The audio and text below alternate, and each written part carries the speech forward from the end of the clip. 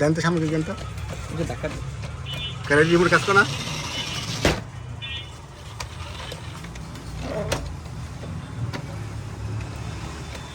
একটু ধাক্কা দিয়ে দেন মানে জোর পায় না ভারতে ভাঙে নতুন ব্যাটারি লাগে করলে মানে স্পিড পাইবো না স্পিড পাই হ্যাঁ নতুন ব্যাটারি লাগলে স্পিডটা পাই যাবে মানে জোরটা পায় না একটু ধাক্কা দিলে জোরটা পায় আর কি করে ফোন না 3 দিন পর অটোমেটিক লাগা পড়বো অফিসে ফোন দিলে ঢুকে বসে 3 দিন পর আয়া পারবো 3 দিন পর আর অ্যাকাউন্টটা দেখাইবো চার্জই কম লাগে এই যে মাছ ডাবল করে দিতে গাড়িটা সে হেভি